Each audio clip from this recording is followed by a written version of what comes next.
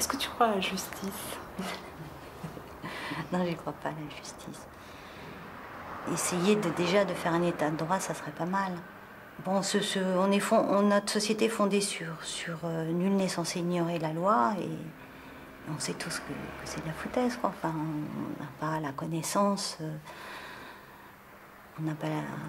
personne n'a la connaissance, même les juristes n'ont pas la connaissance de toutes les règles de droit, a fortiori le particulier.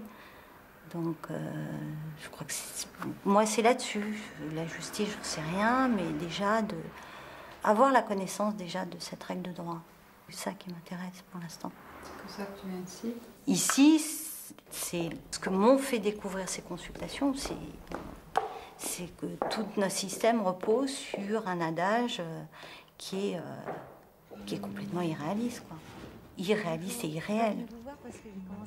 L'avocate me parlait souvent de ces quelques heures qu'elle passait 2 lundis par mois à la mairie de Bondy. Et un jour, j'ai décidé de l'accompagner.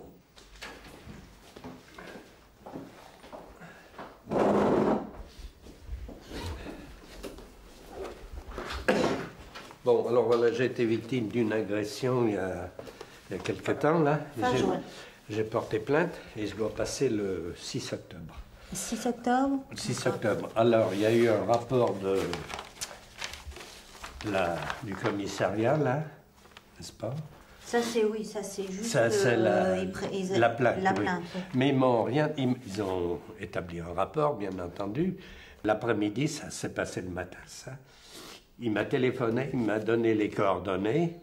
Alors, il m'a dit... De quoi? Les coordonnées suite à ma plainte pour me présenter au procès, quoi. Alors, c'était à la 12e chambre, vous voyez, 12e chambre correctionnelle de Bobigny, à 13h. C'est tout ce que j'ai. C'est bizarre parce que normalement, en tant que victime, vous êtes convoqué par le tribunal. Oui, c'est justement ce que j'ai lu sur le...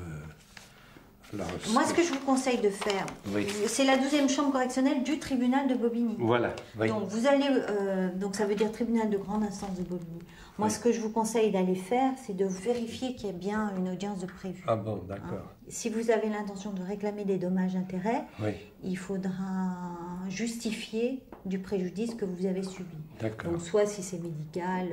oui, par le docteur. Par un certificat de l'ophtalmo. Enfin, tout ce que vous pouvez avoir. Oui, oui, d'accord.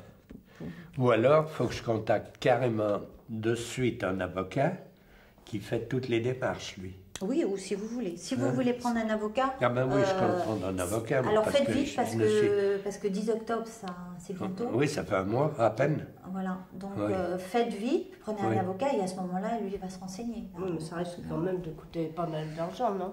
Écoutez, ça, vous pouvez leur demandez-leur. Hein. Oui. Vous dites, c'est pour une constitution de partie civile.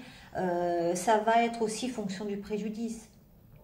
Oui, et en somme, les frais, justement, incombent à l'adversaire. Vous incombent. Ah, toujours? En pénal, oui.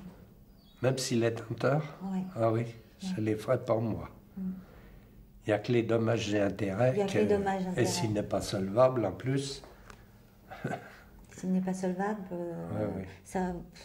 Et puis, vous demandez 1500, 2000 francs pour le préjudice moral. Ah oui. Mais... Si l'avocat demande 3000... Ça serait pas cher. Ça sera pas cher?